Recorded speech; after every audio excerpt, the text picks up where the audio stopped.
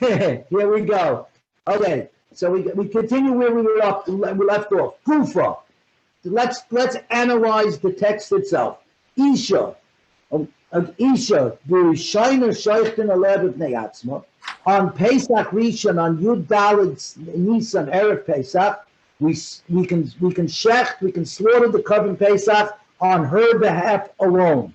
Why? Because women are mechuyev for Korban Pesach at least the first Korban Pesach. That means the one that you should always do Erev Pesach. Ubisheni, if for whatever reason she did not bring the first Korban Pesach, so now we're dealing with the Pesach Sheni of Yud Dalet Iyar, Oisen Oiset Tefila La'achayim. We only do for her combined with other people. By herself, she doesn't get her own Korban. Why? Because Rabbi Yehuda holds that a woman is only mechuyev in Pesach Rishon, but in Pesach Sheni, it is only a rishus. She's allowed to, but she's not mechuyev whatsoever. Rabbi Yosi argues and says, Isha b'sheni shayten alev b'nei atzma. Even on the second Pesach, the Pesach Sheni, you can slaughter for her alone. The ain't tzarich lema b'rishon, and of course it goes without saying that on the first. So Rabbi Yosi holds that no, a woman is mechuyev on the first, and if she didn't bring the first, she's mechuyev on the second. We're going to be getting into an argument, a big-time argument, and if not today, certainly tomorrow or the next day, about what exactly is the second Pesach. Is the second Pesach actually a mitzvah b'tnei atzmai, a mutually exclusive mitzvah of its own, that if you didn't bring the Pesach Rishon, is triggered a new mitzvah to bring the Pesach Sheni? Or no, the second Pesach is merely a tashlumin, a substitute for the first. But even in that, there's going to be a question.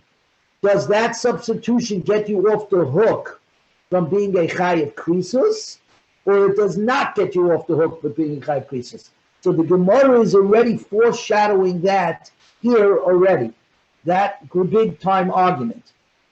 By having an argument regarding women, are they only mechuyev on the first Pesach because af heim haya b'oisa nes, because they too were part of the miracle? But that means the second one, there is no tashlum. If they don't have it, there is no substitute. Or no, that in fact they're in the second one because the second one is a substitute for the first one. And we'll get into this as we go further. Rab Shimon Oimer, a third opinion, Isha b'rishayna oisim b'tefila la'achayim.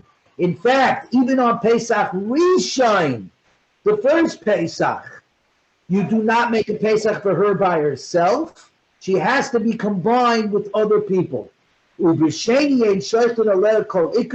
second one, Pesach Sheni, if she didn't do the first one, the second one you don't bring for her at all. There's no mitzvah for her whatsoever. Why? Because according to Reb Shimon, even though they too were part of the miracle, still it's a mitzvah saseh zman grama. It's a positive commandment at the time that's tied to time. Mitzvah saseh zman grama nashim keturis. Women are potter. Women don't have the commandment. So they said on the first one, because they were part of the miracle, okay, well let them join in. The second one, they're not involved in it at all. So the Ma'ikam Afligi, what are they actually arguing? Okay, Rabbi, so it goes like this. One quick question? Sure, of course. Now there are mitzvahs that say Shazman Grama that women do participate in. Correct, there are. Because you said, Avhei Mayu Banais. So there are others like that. Correct. So Rav Shimon is saying, Apen Ma'ibaris is a very nice, is for the first one, but only in.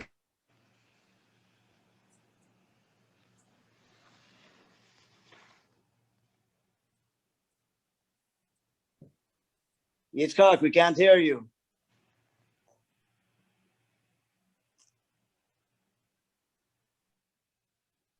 He's having internet problems. Charlie, what page are you on? 91B1. Thank you. But I think he's having major internet problems. I guess Brooklyn is not up to date. Yeah. Maybe it's the weather. Yeah, but it's underground. If I were in 20-degree weather, my internet wouldn't be working either. My personal internet. Oh, God. I used to live there. I can't tell you. You used to do it more than most people. You're in the coldest part of us all. I know. Brutal.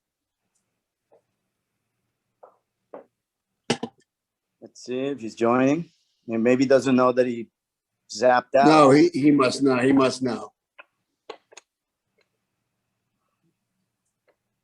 I could text him.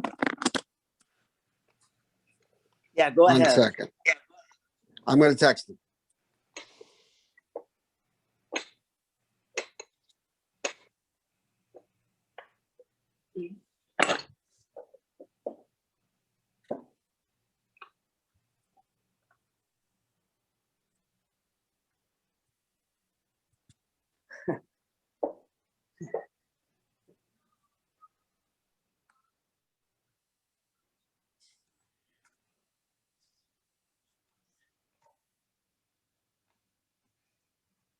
I didn't realize that we were supposed to only go to 91B1. So I went to the end. But when he explains it, I understand it differently. Oh, by the way, I got to 94 yesterday, and it gets a little interesting for me. I mean, it talks about, how big the earth is, the circumference. It's amazing stuff. We have amazing stuff coming. Yeah. No, it's a good Gemara. Yeah, it gets really, when it starts, how far can you walk? How much does an average person walk? Those are really, to me, because I used to be a jogger and all those things. It's like, wow, this is pretty cool. It's Yitzchak joining. Yeah, I'm back on. My internet is playing games. I'm so sorry. That's all right. All right, time for you to move back to Florida. All right. Yeah, 100%. You didn't have to tell me that. Here we go. So, B'mai Kamapligi, what are they arguing about? 91B1 on the right-hand column. Rabbi Yehuda Sava, the pasuk that says, B'michnas nefoshes, that you have to do the Pesach according to the number of people, meaning that you register people. Afilu nashim, that means even women could be registered. There's nothing in here. It says people. B'michnas nefoshes, that means the number of people. Women, believe it or not, are people. So they get included. Now, the and if you wanted to say that the first Pesach Rishon is compulsory on women, that even the second Pesach Sheni, should also be compulsory. Right? How come nobody is saying that? Nobody is saying it's compulsory. The best that we have is Rabbi Yehuda that says they can combine with other people. Because it says, Chotu Yisa Ishahu. This man shall bear his sin. This is for one who does not bring the second Pesach. It says the man will bear his sin. That means Ish in Ishaloi. Man only, not women. Which means that women are not involved in the second Pesach. In the first Pesach, it says, people. So she's included in people. So she's part of the Pesach Rishon. But on the Pesach Sheni, it says, the one who will not bring the second Pesach, so he will not have brought any Pesach sacrifice, the man will bear his sin. Man will bear his sin, not the woman. If you're going to object and say, if that's the case, then don't combine her with anybody. She should be like Rav Shimon that says that she shouldn't even be involved in the second Pesach. She shouldn't be involved at all. She should be completely off. Why do we allow to combine with other people? Ahani, because there's another pasuk that says in Pesach Sheni, Kechol chukas haPesach, like all the decrees of the Pesach offering, that the second Pesach, the Pesach Sheni, has all the same halachos like the Pesach Rishon, Mitfela Ba'alma, which allows the woman, just like she's definitely involved in the first one, it allows her to be involved in the second one. But since there's a pasuk that also says ish, man, not woman, right? There already we say, okay, she can be involved, but she can only be involved in a group, not as an individual. We're up to 91b2. 91b2. So now says the Gemara, Rav Yosi my Tamo. What is the reason for Rav Yosi that he says a woman is allowed to slaughter the second Pesach all by herself, which means that she is mechuyev. She is responsible for a second Pesach, and you don't have to say about the first Pesach that certainly you can bring it just for her alone, because she is commanded like everybody else. Rabbi Yosi Maitamo, Tiksiv Berishin, because it says in the first one, just like we said before, the Nechsatz Nefoshes, according to the number of people, she is people, Afilu Isha, Afilu a woman. Tiksiv Pesach Sheni, it says also by Pesach Sheni, the Nechutza HaNefesh HaHi Mi Yisrael. Nefesh, and the Nefesh, and this person will be cut off from the people if it doesn't bring the Pesach Sheni. Nefesh afilu nashim. People, person is even women. So I was like the Gemara, but then what are you going to do about the other pasuk by Pesach Sheni, which says ve'elochatu yisa ha'ish ha'i, and the man will bear his sin. What are you going to do with that pasuk? Then what is it coming to exclude? If you're not telling me that it's coming to exclude that women by themselves are not mechuyev, they don't have to bring it, they're allowed to bring it, but you're telling me they are mechuyev from the other pasuk, then what is this pasuk by Pesach Sheni, which seems to narrow it down to exclude, because it only says ha'ish. What's it coming to teach me? It says the Gemara Me'ute Kotin Mikaris, to exclude a Kotin from Karis, to exclude a child from getting kares if he doesn't bring it. Now, we're all going to jump on top of me and say, what are you talking about? Children are not mechuyev in mitzvahs. So of course they're not in kares. I don't need a pasuk to tell me this. So we're dealing over here with the famous case of, on Pesach Rishon, he was still 12 years old. But by the time you got to Yudalad Iyar, he was already 13. So if you're going to say that a Pesach Sheni is a mitzvah b'fnei atzma, is a mutually exclusive mitzvah, then he's mechuyev. If you're going to say it's merely a tashlumin, he would not be mechuyev.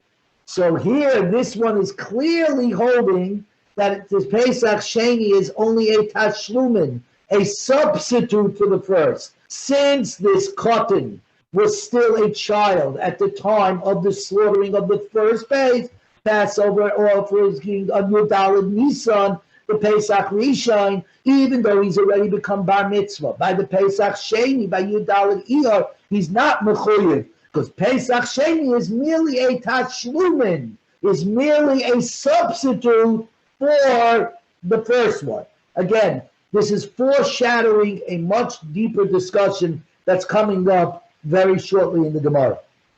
Now the Gemara says, the Rav Shimon, according to Rav Shimon, who's the third opinion, that says by the first Pesach, by Pesach Rishon, we should not slaughter for women by themselves. They need to be part of a group because they're allowed to be, but they're not mechuyev.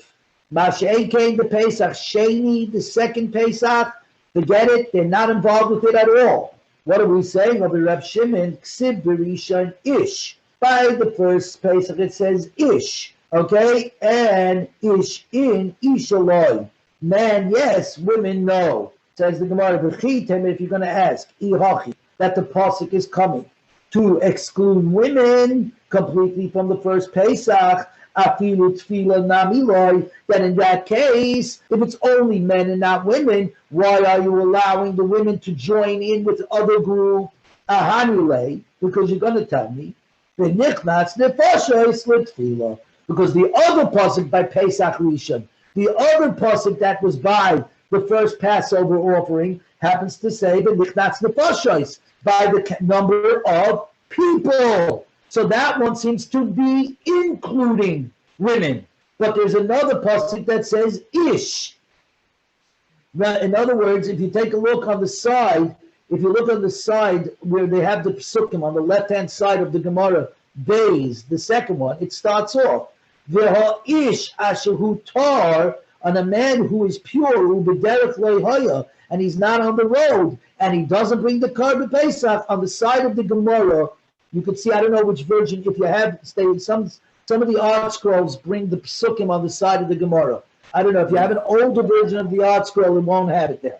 This is the newer versions of the art scroll. Bottom line is, there's one pasuk, right, one pasuk says ish, if a man is pure and he doesn't bring it. A second pasuk says, "V'nichnatz nefashos," by base according to the number of people. So number of people seems to include all people, including women. Ish, man, seems to be excluding women. So Reb Shimon says, I'm going to give you a hybrid. Women are not mechuyev. They don't have to bring it. Nonetheless, they're allowed to be counted if they want to be part of the carbon Pesach. They certainly can register on a carbon, but they can't be by themselves, because by themselves they're not mechuyev. They're not in the mitzvah at all. So tomorrow, now we're on 91b2, the right hand column. So then you're going to say, even by the second one, according to Rab Shimon, you should be allowed to, the women should be allowed to, at the very least, join into a group. Okay, they don't have to, but they're allowed to. Why do you say they're not allowed to? Because miyat rachmana b'sheni, because the Torah went out of its way to exclude women completely by the second Pesach. Diksiv, because it says by the second Pesach, chotu yisa ish, the man shall bear his sin. If he does not bring a carbon Pesach Sheni, then he will bear, the man will bring his, the man will bear his sin. Ish in, isha loy. A man yes, a woman loy. Mimai commandedly. What sort of participation are we excluding women? If you wanted to say that she's compulsory participation, she has the mitzvah, hashta berishan loy. Now that we've already proved by the original, the right Pesach, the Pesach of Erev Pesach, the Passover offering, the Pesach Rishon of Erev Pesach, she's not mechuyev b'sheni mebayir. Should you even have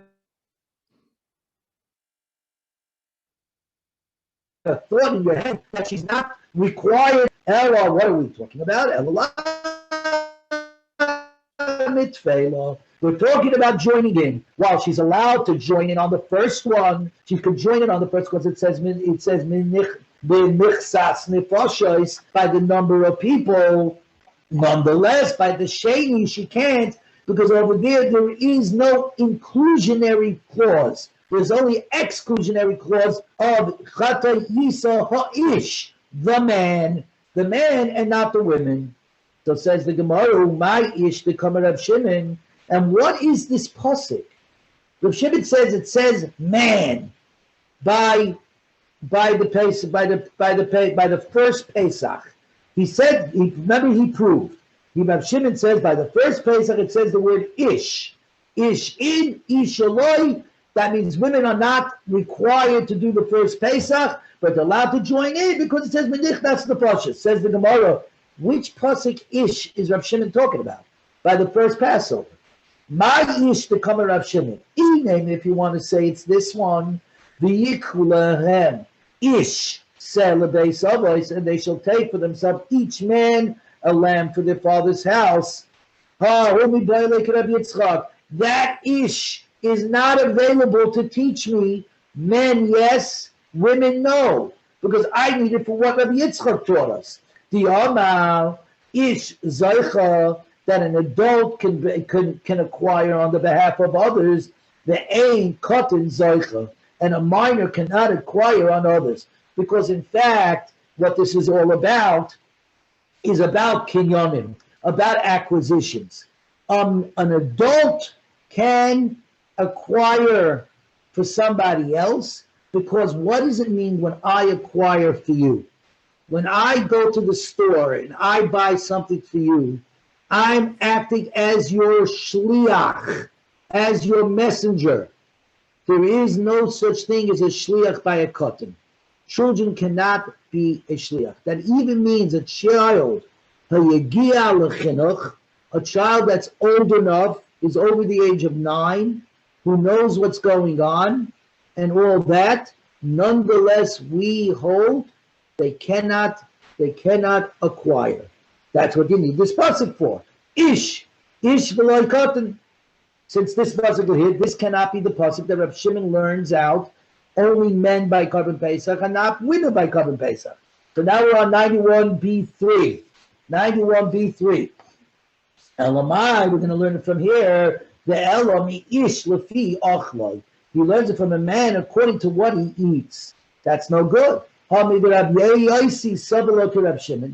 since Rabbi Yossi, this is on yesterday's daf, on Omid Aleph, since Rabbi Yossi held like Rabbi Shimon regarding what he said regarding one of your cities, we use the one, which taught us that you can't slaughter for one person, but you can. Rabbi Shimon Sabalok to Rabbi Yossi, and Rabbi Shimon also held like Rabbi Yossi. So there was a combination where the two of them agreed. Okay, that they agreed that an individual, that it said, Rabbi Yossi said, according to what he eats, includes a single individual in the Pesach offering. The cities do not exclude him, right? And Rav Shimon agreed to that as well, right? So Elamai, Vahumi boile de shoichtin ki Rabbi Yossi. And Rabbi Yossi used that pasuk, Vahumi boile de shoichtin es a Pesach ala yochid.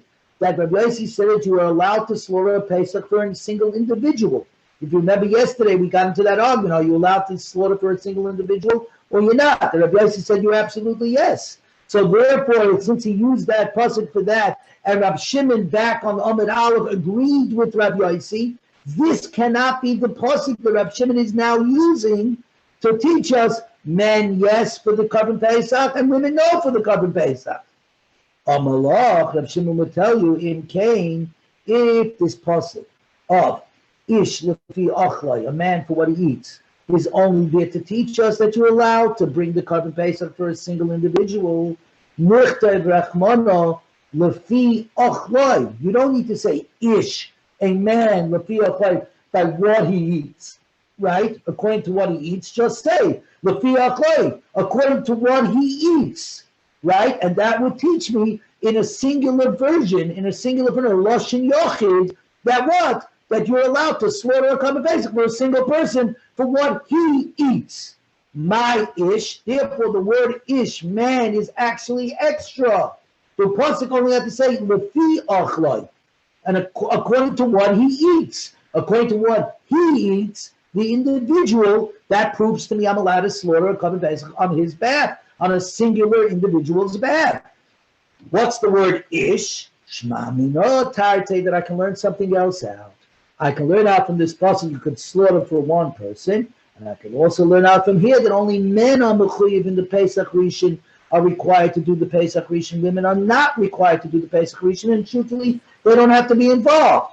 But because it says nichnas nefashos, by the number of people, and they are people, we say that they are allowed to join in with other people to be part of the Pesach Rishon. But there's no such inclusionary clause by the second Pesach, says Reb Shimon. So now the Gemara just finishes up. So according to who, which one of these three Tanoim does Rabbi Elazar state the following? Isha, regarding a woman who's regarding a woman's, is she required to bring a Pesach, a Korban Pesach, Biri Shain Chayva. On the first Pesach, on Pesach Rishon, on Erev Pesach, she's required. B'Sheni Rishus. The second Pesach is only elective. The Doiches is Shabbos, but does go ahead and push off the Shabbos. Right, the Gemara Rishus. If the second Pesach is only an elective, she doesn't have any requirement whatsoever. Amai Deiches Shabbos. How can you tell me that if Yud Dalet Iyar falls on Shabbos, I can slaughter for her and push off the Shabbos? The Shabbos she is required in. The Pesach she's not required. It says Ela Ema B'Sheni Rishus. In the second one, the second Pesach Sheni, it's only an elective. But the first Pesach, she is required. She's as much part of the mitzvah as the men. The Doiches as Shabbos, and therefore, since she does it in Doiches as Shabbos, now why? Because Pesach, the carbon Pesach, is a mitzvah sasei shechayev koris. Mitzvah sasei shechayev koris. The halacha of not slaughtering on Shabbos is only a regular lav, is only a regular prohibition. It's not a chayiv koros. So the asay of doing the carbon pesach, which is a chayiv koros if you don't do it, overrides Doiches Shabbos. Kiman, obviously it's Kin Rabbi Yehuda. It's like Rabbi Yehuda who says that women are required to bring the Pesach Rishon on Yud Dalet Nisan Erev Pesach, but on Yud Dalet Iyar, it's only an elective, they're not required. So do we hold like Rabbi Yehuda? Well, the truth is that we actually hold like Rabbi Yossi. If you take a look, this is something interesting. Everybody look at the daf itself, 4 lines from the top. 1, 2, 3, 4. You see it says Rabbi Yossi Omer, and there's a little aleph. You see that little aleph on the side? You see it? Everybody's make sure everybody sees this. If you take your finger and you go to the right-hand corner of the daf, where it says Ein Mishpat Ner Mitzvah, you see the aleph there? It says aleph. That's Maimoni, the Rambam, Perek Beis Mehilchas Carbon Pesach Halacha Dalet. That tells you who the Rambam paskins like. That you will find this all over the page. If you want to know how we paskin, who we paskin like, so it's like a footnote. Right. So a lot of times he will bring not just what the Rambam holds, but what is brought down in the Shulchan Aruch as well. Here, the Shulchan Aruch really doesn't get involved in the Carbon Pesach because the Shulchan Aruch is about halacha l'maisa, halacha that is due today. But the Rambam, in his 14 pillars, right? The Yad HaChazaka, the great hand of the Rambam, and when he wrote the Rambam, he wrote he went into all the halachas of everything that involves Klal Yisrael. Okay, so that's how you know in the future.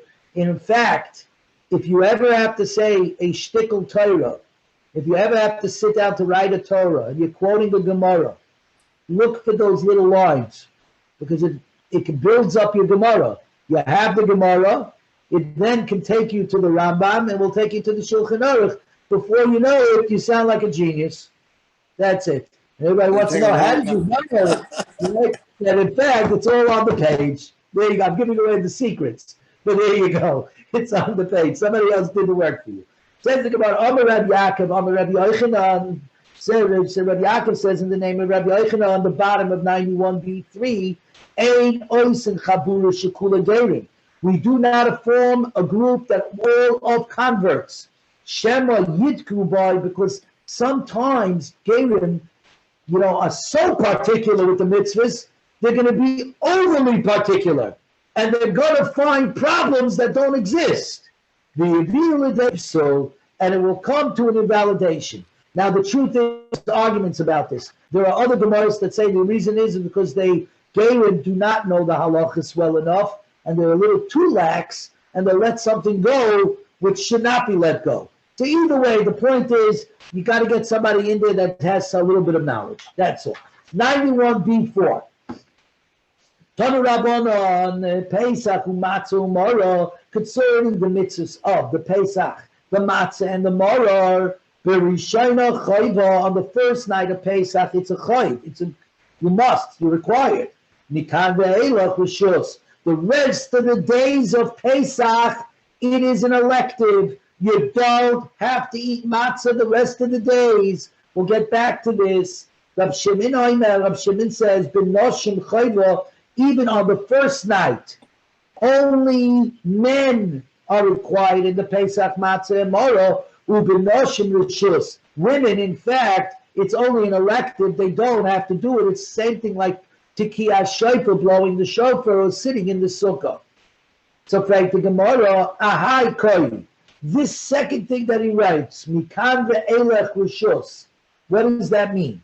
Ilema Pesach. If he's talking about the actual Pesach offering, right, the Korban Pesach, Pesach kol shiva miyika, or Pesach is available all 7 days? Absolutely not. The mitzvah of the Korban Pesach is what? Slaughter it on Erev Pesach and eat it the night of the Seder on Yud, on Tezvot, on the 15th, the night of the 15th of Nisan. It doesn't apply to the other 7 days of the 6 days of Yom Tov. So that can't be it. Hello, matzah and moro. The Tanna Kama must be talking about matzah and moro, and he rules that after the first night, it's merely elective. Ema seifa, but if that's the case, Reb Shimon says, "Ba'anoshim chayvo b'noshim rishus."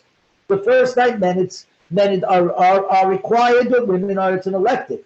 Now, Reb Shimon is definitely talking about matzah and moro, right?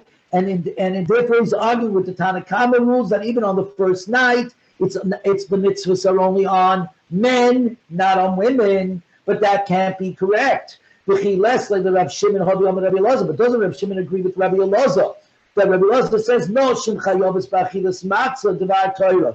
Women are mechuyev to eat matzah on the first night. Shenema lo yisoich lo lov chometz. You shall not eat chometz. Shivas yomim toichel lo matzahs. 7 days you shall eat with it matzahs. Kol sheyeshna b'bal toichel chometz yeshna b'kum oichel matzah. Whoever is required to keep the commandment, you shall not eat chometz, right, is also therefore part of the commandment, arise and eat matzah, because it's tied together in the same pasuk. The high noshim, and these women, the women are definitely responsible. You should not eat chometz, because when we say mitzvahs that are tied to time, women are not required. That's only on mitzvahs aseh, on positive commandments. On mitzvahs lois aseh, afilu zman grono. Even if it's the time that makes it happen, they're still required. So it's not eating matzah, not eating chametz is definitely a prohibition, a lav. So since they're in the lav, they're obviously also part of the matzah of the second part of the same pasuk.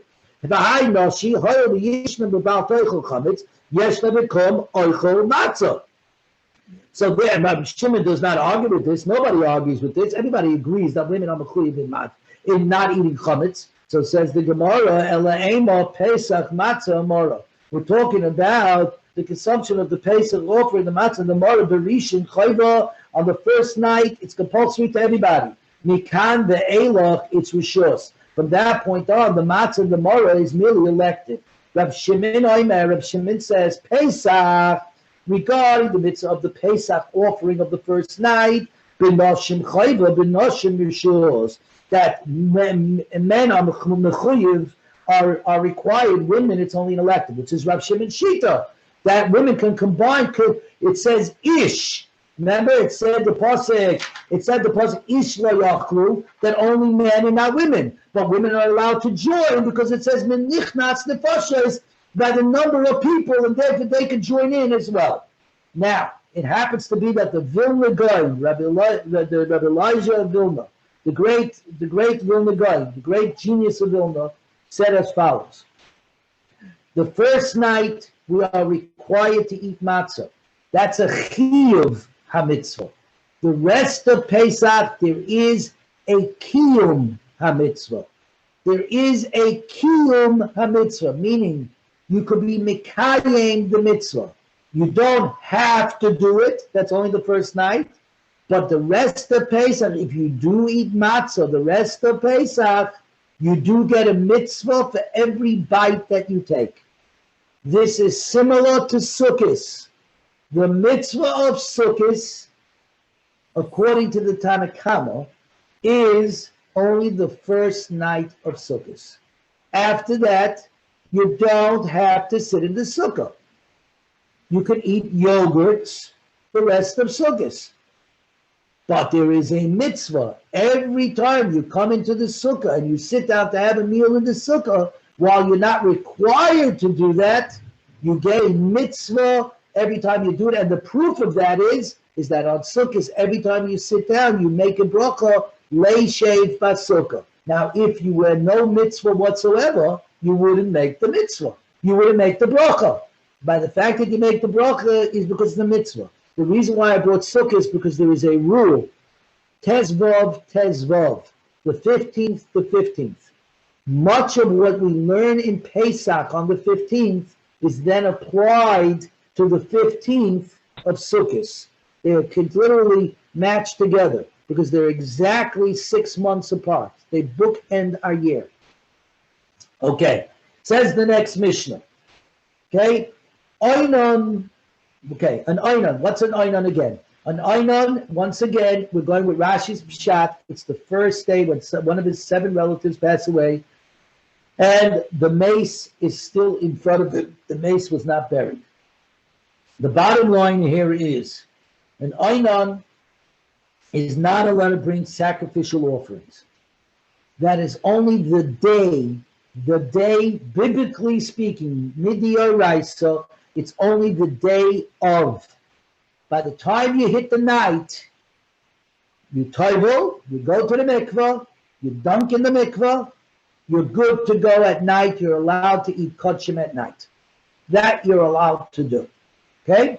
So here we go. So the Mishnah says, Einon toivel, an Einon, when he will immerse, he'll toivel in the mikvah, and will be able to eat his Pesach at night. But any other kachim he cannot. Okay, any other kachim he's not allowed to what he called. He cannot participate because he could first go to his first table at night. Kachim are by day, and he cannot eat the food at night. Okay, so here we go. Now, all right, so the Mishnah is saying, just give me a second, I'm just making sure that I learned this up correctly. Right. Next, further, we're on 91b5, which is where Charlie is up to. Hashemeya al Mesai. But if one hears about his death, that means more than 30 days after a person passed away, his family member hears about the death. The person only has to sit for an hour. The person only has to sit for an hour. That's it. Okay? That's it. He's not, so it becomes not problematic regarding becoming Pesach. We are now on today's daf, Tzadik Beis Amid Aleph. V'hamelakek loy atzomas, or one who's gathering the bones of one of his parents. In other words, he's moving the bones to Eretz Yisrael, or he's moving the bones to a family plot. The answer is toivel. They can toivel va'oichel b'kachim, and they can eat all sacrificial foods on that night.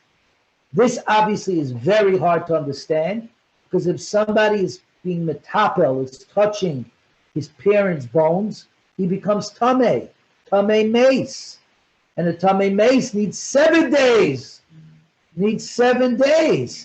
So obviously, what good is it? So what's going on here? What exactly is the case? Obviously, the Gemara is going to jump all over this. Now comes another interesting case. Gershin Iskaya be'erev Pesach. A convert who converted on Erev Pesach. Be'shamay Yomrim Toivel, he goes into the mikvah, v'oichel es pischei le'erev. He goes and he can eat his Pesach that night. Beis Hillel says, HaPeiresh min ha'arlo, one who separates from the arlo, from the foreskin, Kimefarish min ha'kever, is like somebody who separated from the grave, which means that a ger that is miskayer now gets his bris milah today, and he went from being a Gentile to a Jew, has the din of somebody who was awoken in Tumas Mace, so therefore he's got to wait 7 days. And if he's got to wait 7 days, he does not eat from the Korban Pesach. Okay, so that's what's going on over here. Okay, so Freite Gemara, my Tama, what's the reason that the Mishnah says we allow an oinen, someone whose bed was lying in front of him, not in what it called, is usher, is prohibited from eating from kachim. Remember what the Tadakam said? The Tadakam said, oinen toivel b'oicheles pischei le'erev avaloi b'kachim. He's allowed to toivel and eat from his Pesach, but he can't eat from other sacrificial foods. So like the Gemara, why? If he's allowed to be free at that night, he's allowed to be toivel and eat his Korban Pesach. What's the difference between Korban Pesach and all other sacrificial offerings?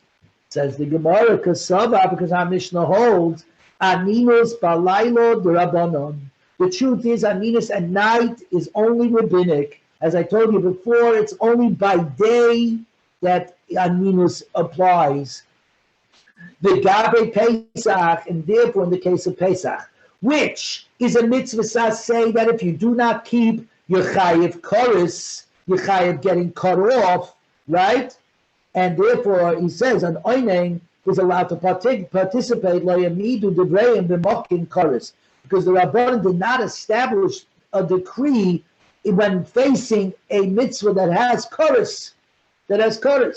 Gabe kachim, but in the case of other sacrificial foods, whose eating of it is mandated by an irregular positive command, which is, you shall eat it in its time, and don't leave over. And if you leave over, burn it.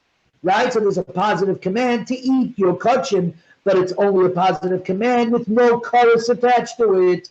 When there's no chorus attached to it, Hamidu Devreya b'mokim aseh. The Chachamim come along and do establish decrees against a regular positive commandment. So in case of Korban Pesach, which is a positive commandment, that's Chayiv Koris, which is very similar to a law, it's Chayiv Koris. Over there, they do not establish their decree. But in a regular assay, in a regular positive commandment where there is no decree, they will establish their decree. Says the Gemara, Hashemei al Meisai, right? Hashemei, somebody hears about his dead person 30 days after the Petira, or he's gathering his parents' bones, they're allowed to toivel and eat from kachim. Faith the Gemara Meraki, not so much. Wait a minute, you're gathering the bones of your parents. You need sprinkling of the parah aduma, of the red heifer's ashes and the water on the 3rd and the 7th. You need 7 days, right? What good is that? What good is it if on Erev Pesach he's dealing with the bones? He's not going to be able to bring the Korban Pesach. Says the Gemara, Amo, you're right. I'm sorry. It means shalikut loy atzamas, that somebody was gathering the bones. Not that he was gathering the bones, but somebody was hired at the Beis HaChayim, at the cemetery, to gather up the bones. And that, of course, makes more sense because it ties much better with the words. Hashemei al Mesai. I heard someone, Chas v'Shalom, heard that a close relative died more than 30 days ago. Or in this case, someone is gathering up the bones. It makes more sense. It applies together. Goes further. Gersh and Iskayer, right? We said a comment that converts on Erev Pesach. There's Machlokes Beishav Beisol. The Machlokes is by an uncircumcised guy who converts on Pesach. Beisil de Sabi Gezerah. The Beisil says the Chazal made a Gezerah decree Shema Yitma L'Shana Haba. Maybe this guy who just became a convert. So next year he's a completely full Jew, and he'll get Tomei next year. He'll get Tomei. L'Shana Haba. He'll get Tomei v'Oimer, and he'll say, last year when I became a Jew on Erev Pesach, didn't I toivel last year and eat the Pesach, even though I was exposed before that to Tumas Meis, to a corpse Tumah? He's been metapel with Tumah all the way, and he won't know. So now too, just because I touched the mace and I'm Tumas Meis, I have corpse Tumah, I'll just simply jump into the mikveh and I'll be good to go to eat the Pesach, just like last year. And he didn't know the Ishkad Nochri Habi V'lo Kibul Tumah.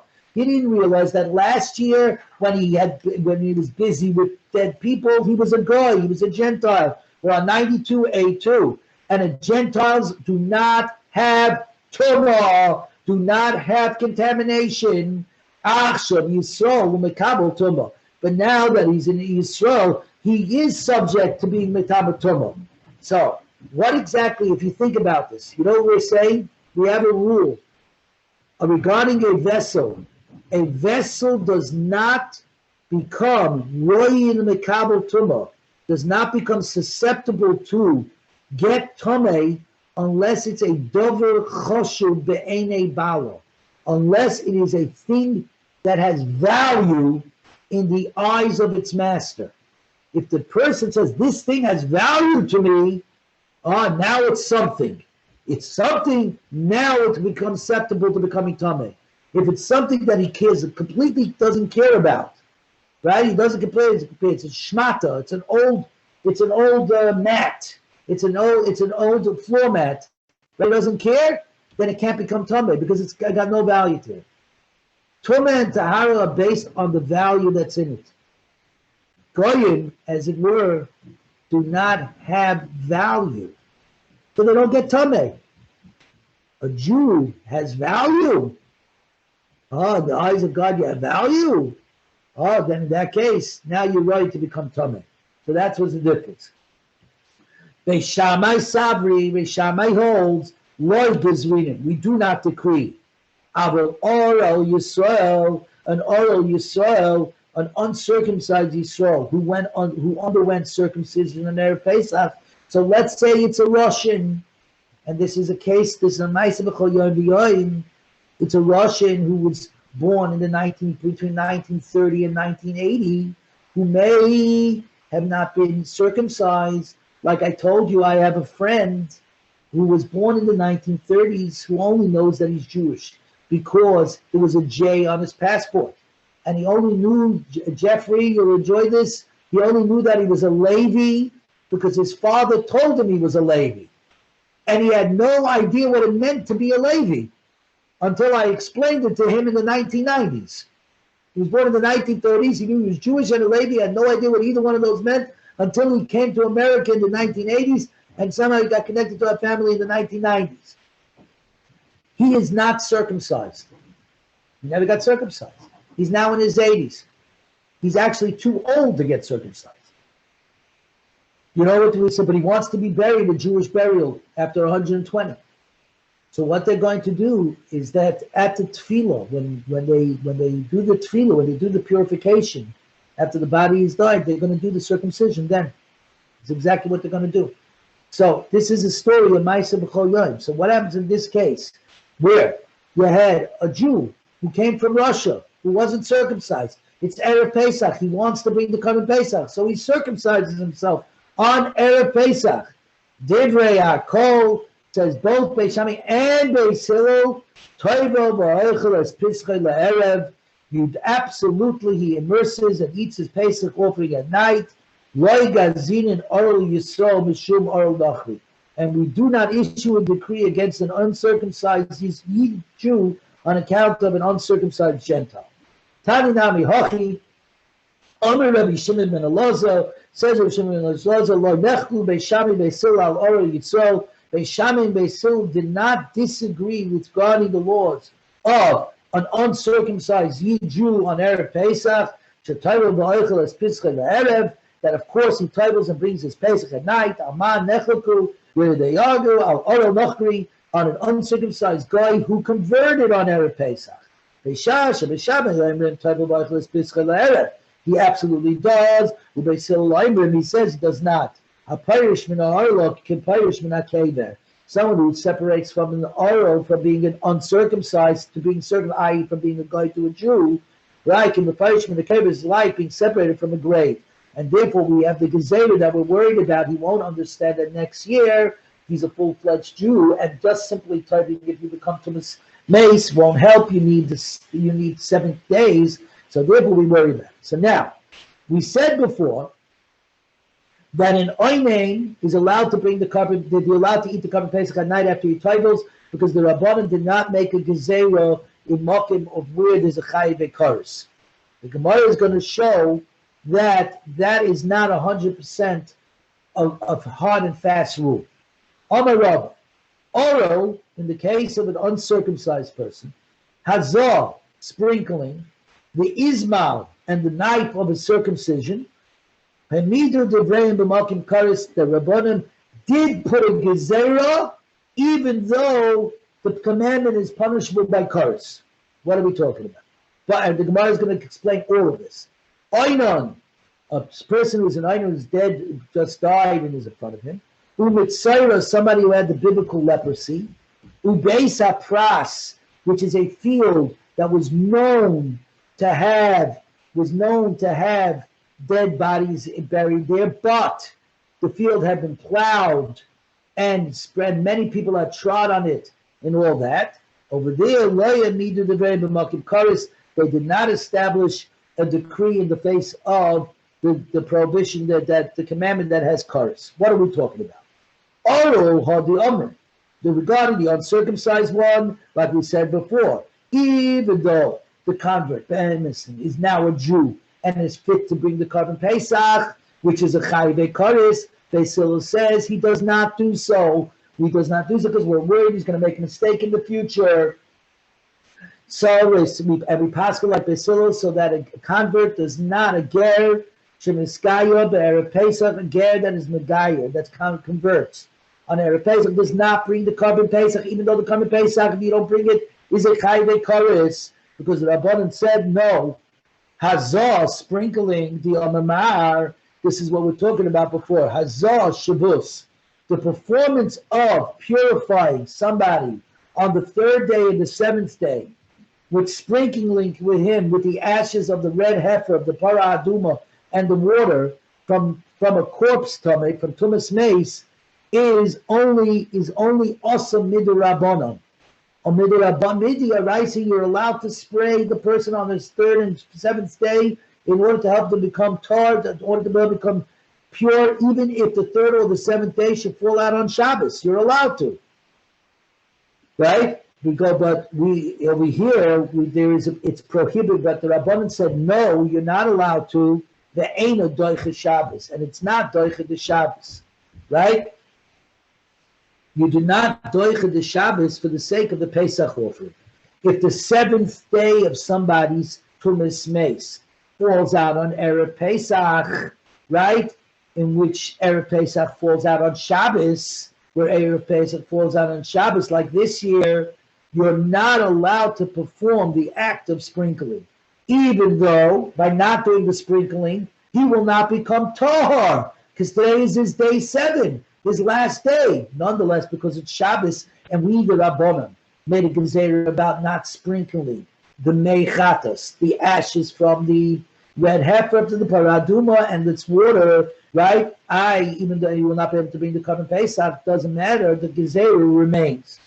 Ismail, the Tanya, a circumcision knife, the knife says like this: if somebody's son's bris milah, his circumcision falls out on Erev Pesach, which happens to be Shabbos, kishem shem aviyin oisid derech l'shusarabim, just like we do not allow you to bring the knife through the public thoroughfare because you're not allowed to walk. Dalid Amis, 4 cubic feet in the public domain, which is an Issa D'Oraisa of carrying. Kach Ema being Oisei Derek Gagos, we're not allowing you to bring it through the roofs, Derek Chatzeris, through the courtyards, Derek Karpipos, so through the karpafs. All the different kind of rabbinical rishuyas, rabbinical enclosures. Even though Midiaraisa, biblically speaking, there are only two types of enclosures, either a public place or a private place. The Rabbanan made a lot of the private places they made gezeris. Okay, in these circumstances, even though the circumcision is necessary to fulfill the Pesach obligation, because otherwise you can't bring it on his behalf, nonetheless, transporting it in those areas is also with the Rabbanan. We still don't allow it. So here we have 3 different cases where that even though there's a chayve kares of the Pesach, that if you don't bring the Pesach, nonetheless, the gezerah, the Rabbanan remain. Okay, we're going to just try to get to Amud Beis over here. Einon hadi aminon. Einon, like we said before, that an einon is allowed to bring the carbon Pesach, and they do not keep their gezerah against them. A mitzvah say a Pesach, which is chayiv kares. Mitzvah mahi. What's the case of the leprosy? The biblical leprosy. The time we learn mitzvah shechal shmini shaloi be'erev Pesach. A mitzvah whose 8th day of purification falls on erev Pesach. And on that very day he sees a discharge of semen which does not allow him to go on to the Beis Hamikdash to complete the purification process from the leprosy. We say toibel v'oichel. He can toibel and he completes his purification and he eats the Pesach that night. Amru Chachamim, said the Chachamim, we're on 92.84, we're heading to the bottom of Amid Aleph, but the sages say, even though they said it's full yom, that means somebody who was toibel on his last day of his tumah is nonetheless not allowed to go on the Temple Mount until Harav Shemesh, until night falls, until nightfall. Zeh Nichnas, this one is allowed to enter so that he should become fit to bring, so that he could be mitar from his mitzvah, from being mitzvah, so that he could become purified from being the biblical leprosy, which will allow him to eat of the carbon Pesach. Muta, because Yomi asay sheyesh by kares, let the asay, the positive commandment that carries a penalty of kares, i.e. the carbon Pesach, come the yitcha asay she'ein by kares, and push off the positive commandment that does not carry the penalty of kares, which is the obligation of a full yom to refrain from entering the Temple Mount. The Amar Rabbi Yochanan, and it says Rabbi Yochanan, Dobra Torah afilu asay ein boy. Biblically speaking, there isn't even a biblical commandment of a tvul yom. In fact, minat Torah, somebody who toibels, even though he has to wait for the nighttime, is allowed already to go up on the mountain. Shenema v'yamedu Yeshafat v'kal Yehuda v'Yushalayim b'beis Hashem v'nei achotza chadosha. And Yeshafat stood among the congregation in the house of Hashem in front of the courtyard. My chotza chadosha. What does it mean? The new chotzer. Shechichi boy double v'amru. That on that day the members of Yeshafat's yeshiva came up with a new decree, and they said Tvul Yom Yichlas b'machna l'biyah, that a Tvul Yom, somebody who had a seminal emission and immersed in the mikvah, nonetheless cannot go up onto the Levites' camp, i.e. the Temple Mount.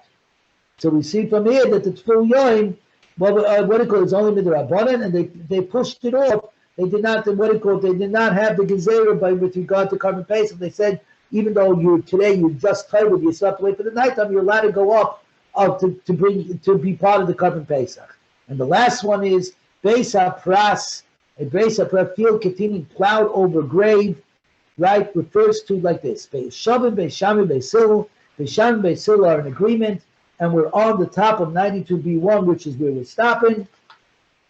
We're almost going to stop. We're going to finish the parak. Shebeitkin lo'isei Pesach, that we check this field for bone fragments, that for those making the Pesach offering, so that they're allowed to pass through it without getting tumas meis court permit.